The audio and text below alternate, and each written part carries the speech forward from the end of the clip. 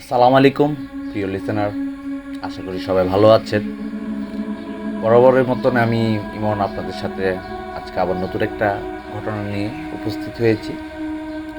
ঘটনায় যাওয়ার আগে আপনাদের সাথে বলে রাখি যে আপনারা যদি ঘটনা পাঠাতে চান তাহলে আমাদেরকে ইমেল করতে পারেন, অথবা আমাদের ফেসবুকে লিঙ্ক দেওয়া থাকবে ডিসক্রিপশন বক্সে বা কমেন্টের প্রিন্ট করা থাকবে, আপনারা সেখান থেকেও আমাদেরকে ঘটনা পাঠাতে পারেন। চলেন ঘটনায় চলে যাই। আজকের ঘটনাটি দিয়েছেন আবির নামের একজন লিসেনার। গল্পটি মূলত তার দাদার সাথে ঘটে। ঘটনাটি ঘটে মূলত 1950 সাল হতে 1955 সালের মধ্যে। ওনার দাদার নাম বেলায়েত হোসেন খান। উনি স্থানীয় মসজিদে ইমামতি করতেন, যার ফলে এলাকার মানুষের কাছে খুব পরিচিত একজন নাম।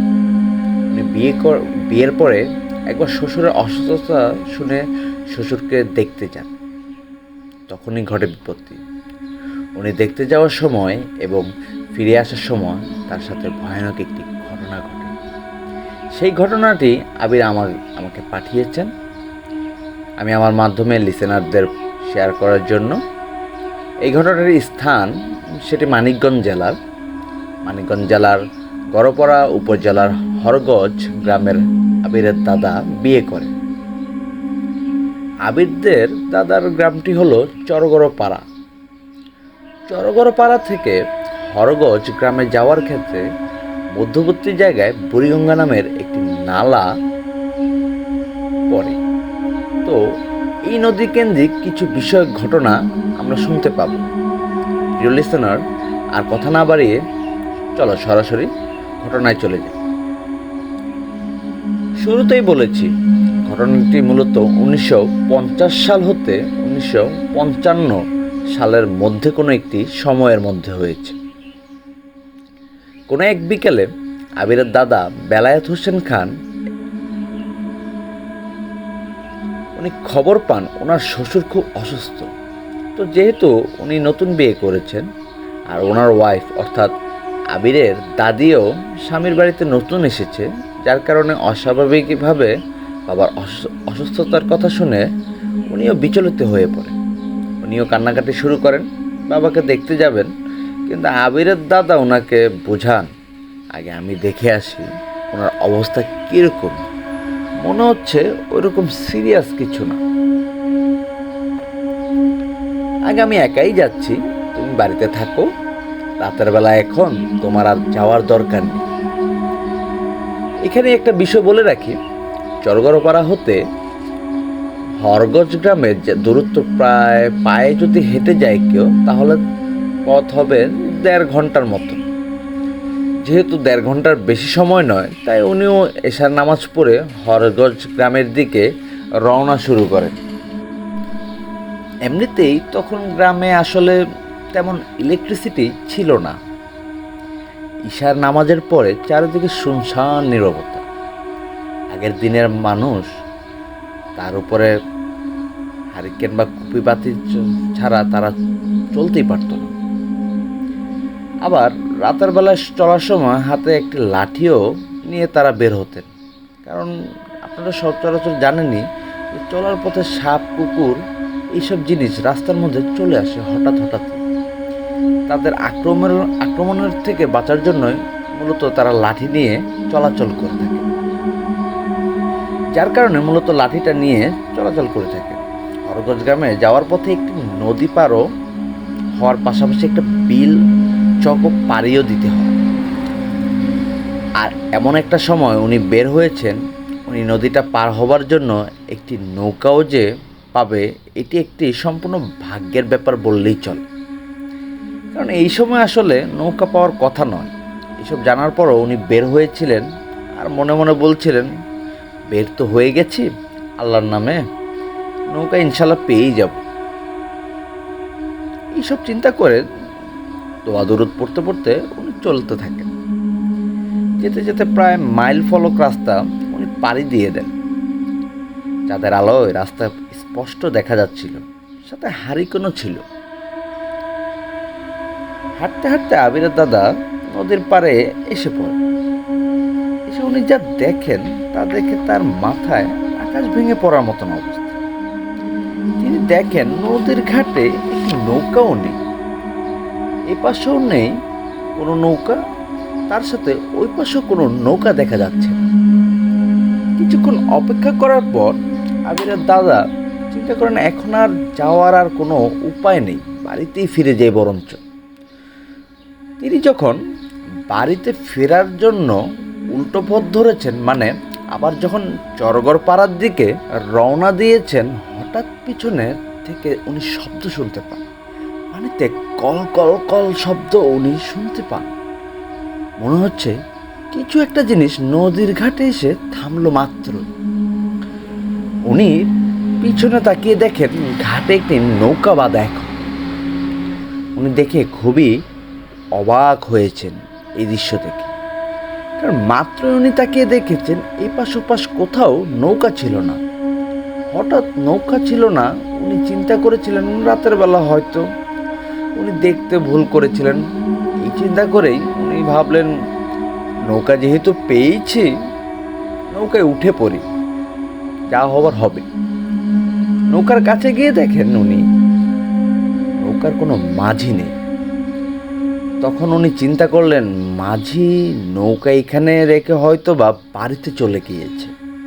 যেহেতু বইটা টইটা সবই আছে, মূলত উনি এই এলাকার সব মাঝিকেই চিনতেন জানতেন, তাই তখন তিনি আর অনুমতি নিয়ে আর চিন্তা করলো না। অনুমতি কি আর নেব, ইমার্জেন্সিতে যেহেতু আসছি আমি নৌকাটা নিয়েই যাই। এই চিন্তা করে উনি নৌকাটা নিয়ে নদী পার হওয়া শুরু করেন। খুব বেশি দূরত্বের পথ না হওয়ায় কিছু সামান্য একটু পথ, যার কারণে তিনি যখনই নৌকা নিয়ে নিজে নিজে চালিয়ে নদীটা পার হচ্ছিলেন, কিছু দূর যাবার পর উনি খেয়াল করেন নৌকাটা কেমন জানি ভারী ভারী লাগছে। তো উনি ভারী ভারী হওয়ার কারণটা ফাইন্ড আউট করেন। উনি দেখতে পান যে নৌকায় অনেক পানি উঠে গেছে। উনি চিন্তা করেন এতটুকু সময়ের মধ্যে নৌকায় এতখানি পানি উঠে গেছে। তো যাই হোক, উনি আসলে চিন্তা করেন নৌকা হয়তো বা ফাটল টাটল ছিল বা ছিদ্র থাকতে পারে, তাই হয়তো বা পানি উঠে গেছে। এই চিন্তা করেই উনি হাত দিয়ে পানি সেচতে থাকেন। এরপর কিছুক্ষণ উনি নৌকা চালাতে থাকেন, আবার পানি উঠলে পানি সেচতেও থাকেন তার পাশাপাশি। পথটা বেশি দূরত্বের ছিল না, তাই তিনি খুব তাড়াতাড়ি ওই পারে চলে আসেন, মানে হরগজ গ্রামের কাছাকাছি চলে আসেন। উনি আস্তে আস্তে চিন্তা করেন নৌকায় তো পানি উঠে গিয়েছে, এইভাবে যদি আমি রেখে যাই তাহলে আস্তে আস্তে পানিতে উঠে নৌকা তো ডুবে যাবে। যেহেতু এই নৌকাতেই আমার আবার ফিরে যেতে হবে, কষ্ট হলেও টেনে নৌকাটা পাড়ে তুলে নিয়ে আসি, যা হবে নৌকাতে পানি উঠবে, যাওয়ার সময় এটাতেই আবার নদী পাড়ি দিতে পারব। তো অনেক কষ্টে নৌকাটা উনি পাড়ে তুলে রেখে যাতে পানি ঢুকতে না পারে। এরপর আবিরের দাদা হারিকেন নিয়ে আবার হাঁটতে থাকে। সামনে বিশাল একটা চক। এই চক পাড়ি দিয়ে 5 মিনিট হাঁটলেই আবিরের দাদার শ্বশুর বাড়ি। ওনার দাদা একটু ভয়ও পাচ্ছিলেন, কিন্তু সেদিকে খেয়াল না করে হাঁটতে থাকেন তিনি। কিছু দূর যাবার পর দেখেন বিশাল একটি ঘরের স্তূপ। গ্রামের অনেকে এটাকে খের বলে চিনে থাকেন, আমি এটাকে খড় বলি। গ্রামের খের বা খড় শব্দগুলো ইউজ করে, এটা মূলত গৌখাদ্য হিসেবে ব্যবহৃত হয়। দাদা সেটাকে পাশ কাটিয়ে চলে যান। কিছু দূর যাবার পর চারদিক থেকে শিয়ালের আওয়াজ শুনতে পান। হাতে যেহেতু লাঠি ছিল, উনি আর লাঠিটা আরো শক্ত করে ধরে রাখেন এবং আপন মনে হাঁটতে থাকেন। শিয়ালের শব্দ তেমন একটা কমও, শব্দটা প্যারানর্মাল কিছুই না। ধীরে ধীরে আবিরের দাদা চকটা পাড়ি দিয়ে মেইন রাস্তায় এসে পড়ে এবং সাহস ফিরে পান আবার। আরেকটু হাঁটার পরই আবিরের দাদা শ্বশুর বাড়িতে এসে যান। সবাই আবিরের দাদাকে দেখে অবাক হয়ে যায়, এত রাতে দাদা একা একা এসেছে। তাই সবাই দাদাকে বকতে থাকে আর বলে যে রাতটা থেকে কাল সকালে সকালে আসতে। কিন্তু আবিরের দাদা বলেন যে শ্বশুর অবস্থা শুনে চলে আসলাম। আবার আপনাদের মেয়েও কান্নাকাটি করছিল, ওকে অনেক কষ্টে বুঝিয়ে শুনিয়ে রেখে এসেছি। এজন্যেই আমি চলে আসছি এই অবস্থায়, তার অবস্থা দেখার জন্য। আবিরের দাদা দেখেন যে ওনার শ্বশুর হাত মুখ ধুচ্ছে, তার মানে উনি বেশ সুস্থ। তো এখন তার অবস্থা বেশ ভালোই আছে। আবিরের দাদা যখন দেখছেন শ্বশুর মশাই সুস্থ, তখন সে বলে উঠল, তো আমি এখান এখন বাড়ির দিকে ফিরে যাই, যেহেতু বাসায় আপনার মেয়ে একাই রয়েছে। তাছাড়াও অনেক কান্নাকাটিও করছিল আসার জন্য, রাত হয়ে গেছে, এই জন্য ওকে তো আর আনিনি, তাই এখন চলে যাই, না হলে সে অনেক চিন্তা করবে। এখন এই কথা বলার পরে ওই বাড়ির কেউ আর বাধা দিল না। তারপরে সবাই চাচ্ছিল রাতটা ওইখানেই থেকে যেতে, এত রাতে না ফিরে গেলেও ভালো হয়। আসলে রাত যে বেশি একটা হয়েছে তা কিন্তু নয়, চাঁদনি রাত ছিল, কিন্তু খুব বেশি রাতটা, বেশি হলে রাত 10টা কি 11টা হবে। আবার ফিরে আসতে গেলেও আরো 1.5 ঘন্টার সময় লাগে। কিন্তু গ্রামের রাত 11টা কিন্তু অনেক রাত, এটা আমরা সবাই কিন্তু জানি, নতুন করে এটা বলার কিছু নেই। তো যাই হোক, সকল কিছু বিবেচনা করে তার শ্বশুর বাড়ির লোকেরা আর বাধা দিলেন না। তবে তারা বললেন যে তোমার শালাকে সাথে নিয়ে যাও, সকালে ফিরে আসবে, রাতের বেলা একা একা যেও না। কিন্তু আবিরের দাদা বললেন, ও আর কষ্ট করে কোথায় যাওয়ার দরকার নেই, আমি একাই যেতে পারি। যদিও উনি একটু মনে মনে ভয় পাচ্ছিলেন, তারপরও সাহস করে বললেন যে ওর আর কষ্ট করে যাওয়ার দরকার নেই। হারিকেনের এদিকে তেল শেষ হয়ে গিয়েছিল প্রায়, তাই শ্বশুর বাড়ি থেকে তেলও ভরে দেওয়া হলো। খাওয়া দাওয়া শেষ করে আবার রওনা হলেন নিজ বাড়ির দিকে। মূল ঘটনা কিন্তু শুরু হয় এখান থেকে। তার কিন্তু তখন অনেক গভীর, চারদিকে স্তব্ধ, কোথাও কোনো সারা শব্দ নেই। আবিরের দাদার কাছে মনে হচ্ছে যেন যে তিনি ছাড়া পৃথিবীতে মনে হয় আর কেউ নেই, কোনো মানুষ নেই, শুধু উনি একাই আছেন। কারণ চারদিকে এতটাই শুনশান ছিল যে তাই এইরকম মনে হওয়াটাই তার জন্য স্বাভাবিক। মেন রাস্তার পার করে হাঁটতে হাঁটতে আবিরের দাদা আবারও সেই চকে চলে আসে। কিছু দূর যাবার পর আবিরের দাদা দেখতে পান একটা বৃদ্ধ লোক ক্ষেতের মধ্যে মুহুর নিয়ে বড় বড় মাটি ভেঙে ছোট করছে। বয়স আনুমানিক 80 থেকে 90 বছর হবে হয়তো।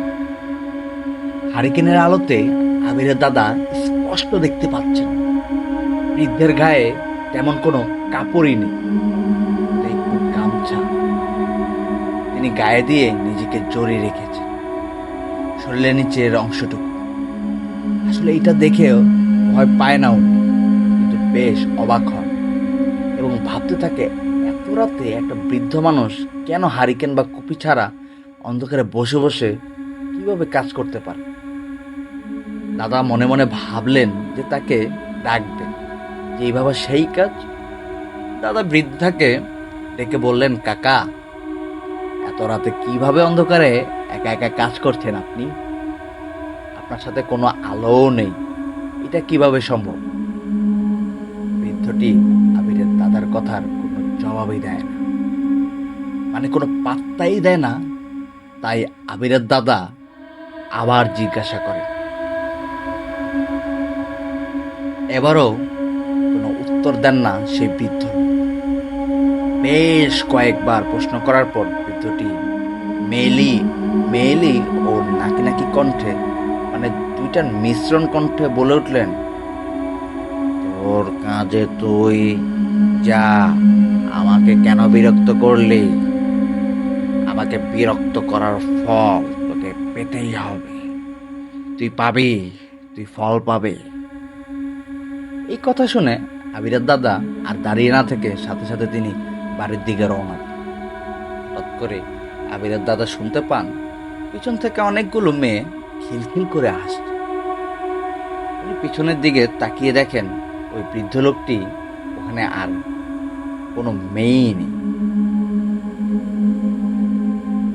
আবিরের দাদা কিন্তু সাহসী মানুষ হলেও উনি কিন্তু খুব ভয় পেয়ে যান। উনি জোরে জোরে সূরা পড়তে থাকেন। তার হাতে থাকা লাঠিটা শক্ত করে ধরে আবার হারিকেনের বাতি বাড়িয়ে দিয়ে তিনি তাড়াতাড়ি হাঁটতে থাকেন। কিছুটা পথ যাবার পর আবিরের দাদা দেখতে পান সামনে অনেকগুলো কালো কুকুর। মুহূর্তের মধ্যেই কুকুরগুলো আবিরের দাদাকে ঘিরে ফেলেছে। আবিরের দাদা রাতের বেলা এই ধরনের সিচুয়েশন হতে পারে সেই জন্যই হাতে লাঠি নিয়ে এসেছেন। আর যেহেতু প্যারানর্মাল অনেক বিষয় হতে পারে, উনি মনে মনে তার জন্য প্রস্তুত ছিলেন।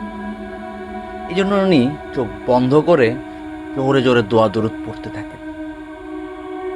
কিছু সময়ের মধ্যেই উনি দেখেন কোনো কুকুর আশেপাশে নেই। কুকুরের ডাকও বন্ধ হয়ে গেছে, কোথাও আর কিছু দেখা যাচ্ছে না। আবিরের দাদা যখনই চিন্তা করেন আপদ বিদায় হয়েছে, এই চিন্তা করে যখনই উনি হাঁটতে শুরু করেছেন, তখন তার সাথে আরো একটি ঘটনা শুরু হয়। চারদিক থেকে বেশ কয়েক মুন্ডবিহীন সাদা ঘোড়া আবিরের দাদাকে ঘিরে ধরে। এবার কিন্তু উনি বেশ ভয় পেয়েছেন, কারণ কুকুরকে উনি কুকুর মনে করলেও এতটা ভয় পান না। কিন্তু এবার তার চারপাশে মুন্ডবিহীন সাদা ঘোড়া তার চারদিকে ঘিরে ধরেছে। এই দেখে কেউ সাহস ধরে রাখার মতন কোনো কথাই আসে না। তিনি চোখ বন্ধ করে জোরে জোরে সূরা পড়তে থাকে।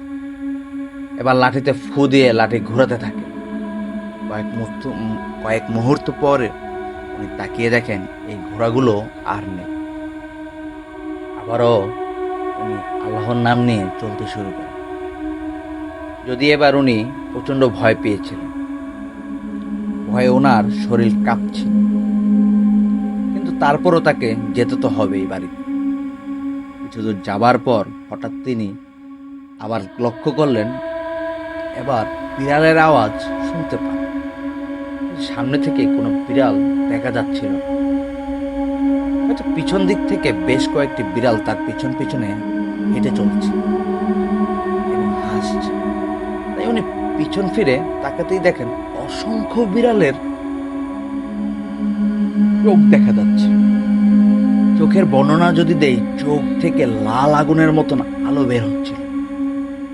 এবার তিনি ভাবেন তিনি দৌড় দিবেন, কিন্তু হাতে তো হারিকেন আছে, দৌড় দিতে পারছেন না তিনি। তার কারণে উনার এবার চিন্তা করেন নদী পার হয়ে বাড়িতে যাওয়ার মনে হয় আর হবে না, হয়ে ওঠা আর হবে না।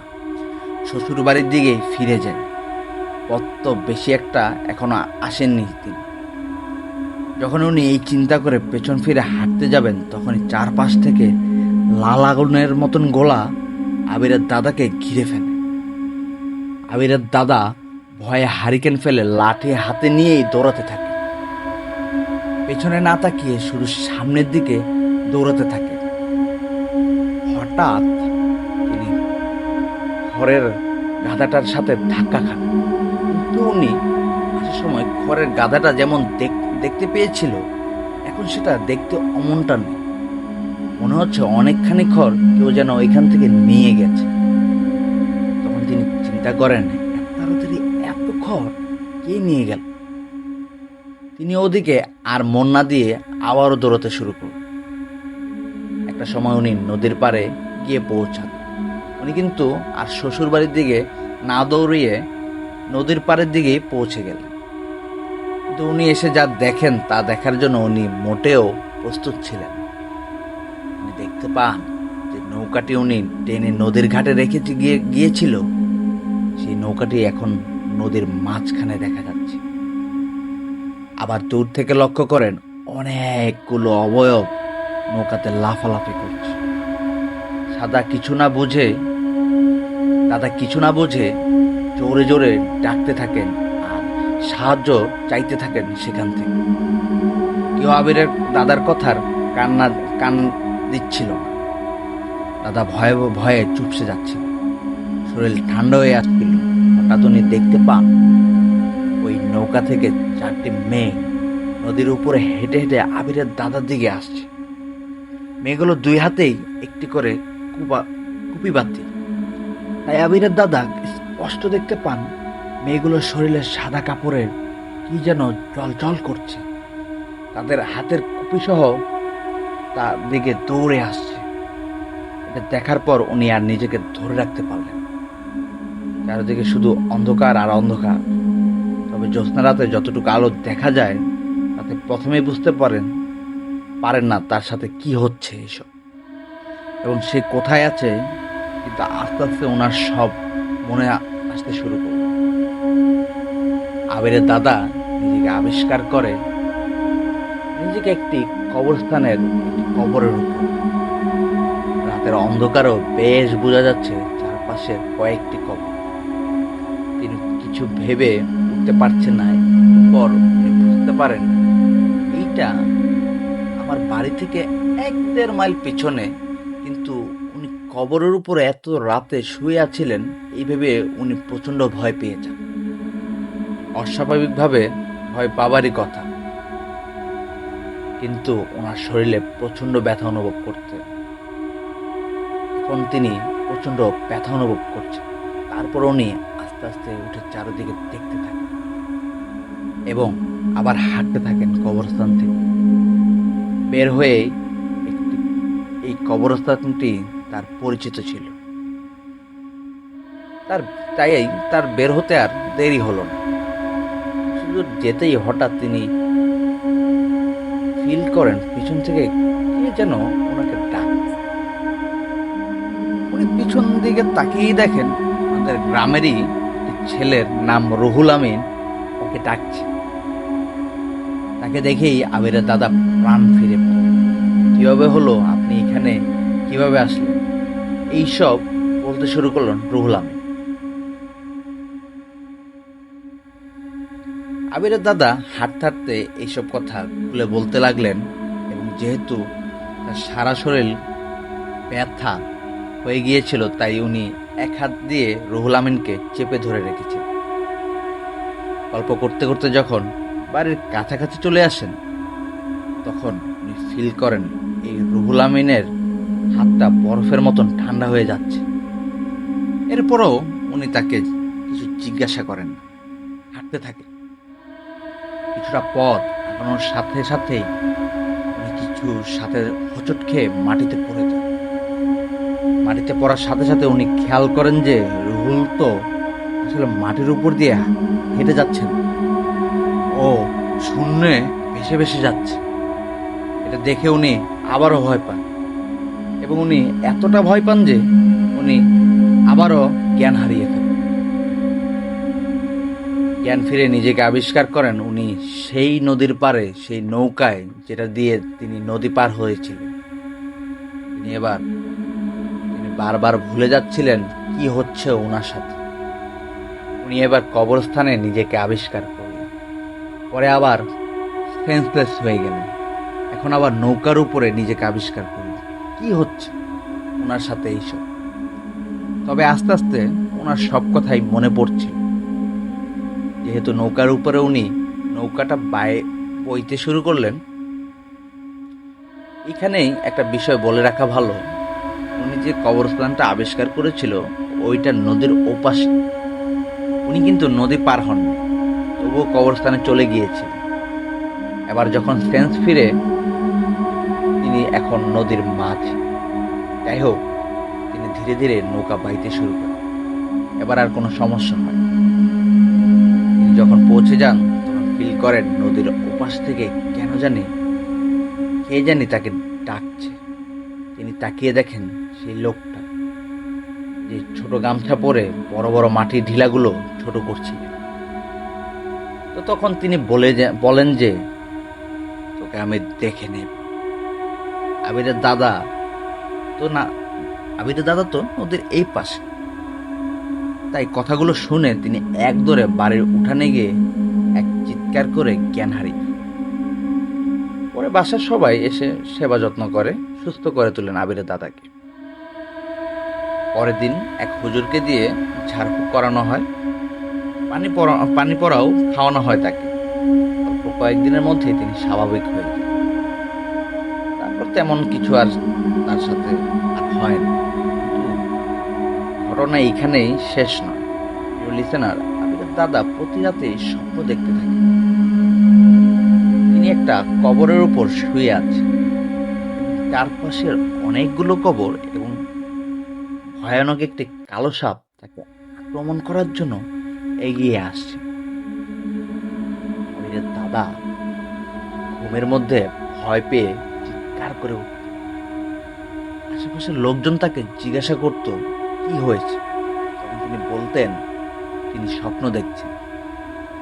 তবে প্রায় তিনি এই স্বপ্নটা দেখতে লাগলেন। পরে আবিরের দাদাকে একজন বড় কামেল হুজুরের কাছে নিয়ে যাওয়া হয়। তিনি বলেন, ঠিক আছে, তোমার বিষয়টা তো আমি শুনলাম। আমার কাছে থাকা জিনদের দিয়ে এই সমস্যাটা সমাধানের চেষ্টা করো এবং কি হয়েছে সেটা আমি জানার চেষ্টা করব। তুমি কয়েকদিন পরে আসো। কয়েকদিন পরে আবিরের দাদা সহ তাদের পরিবার সেই হুজুরের কাছে যান এবং সেই হুজুর আবিরের দাদাকে বলেন, আচ্ছা, তুই কি ওই রাতে কোনো একজন মানুষকে বিরক্ত করেছিলে? সে তোমাকে কোনো উত্তর দিচ্ছিল না। তুমি বারবার তাকে জিজ্ঞাসা করছিলে এমন কোনো ঘটনা ঘটেছিল তোমার সাথে? তখন আবিরের দাদা বলল, হ্যাঁ, এরকম মানুষকে আমি দেখেছি এবং আমি তাকে প্রশ্ন করেছিলাম রাতের অন্ধকারে কাজ করছিল। তাই আমি কৌতূহল হয়ে আমি বারবার তাকে প্রশ্ন করছিলাম কেন সে রাতের অন্ধকারে কাজ করছে। তখন সেই হুজুর তাকে বলেন, তুমি কাজটি ভালো করো। তুমি যখন দেখতেই পারছিলে সেই তোমার প্রশ্নের উত্তর দিচ্ছিল না, তখন তোমার উচিত ছিল সেখান থেকে চলে যাও। কারণ হচ্ছে তুমি যাকে বারবার প্রশ্ন করছিলা সে একটা ভয়ানক একটা জীব। তার সাথে মায়ায় পারদর্শী। তাই অসংখ্যবার মায়ের বিদ্যায় তোমাকে আবদ্ধ করে ফেলে। সেই রাতে কালো জাদু করার জন্য তাবিজ পুঁতে দিচ্ছিল সেই কবরস্থানে, সেই বাগানে। তুমি তাকে বিরক্ত করায় সে তোমার উপর খুব রাগান্বিত হয়। তাই তোমার সাথে সে এত কিছু করেছে। আর সেই কবর যেটার উপর তুমি শুয়েছিলে, বারবার স্বপ্নে দেখছিলে, কবরের কিছু মাটি সে খারাপ জিনটি অন্য মাটির সাথে মিশ্রণ করে কালো জাদু করছে। এরপর সেই হুজুর আবিরের দাদাকে কিছু আমল দেন, সাথে 5 ওয়াক্ত নামাজ পড়া শুরু করতে বলে। এরপর থেকে আবিরের দাদার আর কোনো সমস্যা হয়নি। আবিরের দাদা পরে জানতে পারে এটা সেই লোকটির কবর যার খেতে বসে খারাপ জিনটি কালো জাদু করছে। এই ছিল আবিরের ঘটনা। বিদায় নেওয়ার আগে বলি, সামনে ঈদুল আজহা। ঈদের উপলক্ষে 3টি স্পেশাল এপিসোড আসতে চলেছে। তাই সবাই সাবস্ক্রাইব করে বেল আইকনে অল দিয়ে পাশে থাকে নতুন কোনো অভিজ্ঞতার নতুন এপিসোডগুলো। এই বলে আজকে এখানেই বিদায় নেব। আবারও দেখা হবে নতুন কোনো এপিসোডে। এই বলে এখানেই শেষ করছি। আসসালামু আলাইকুম।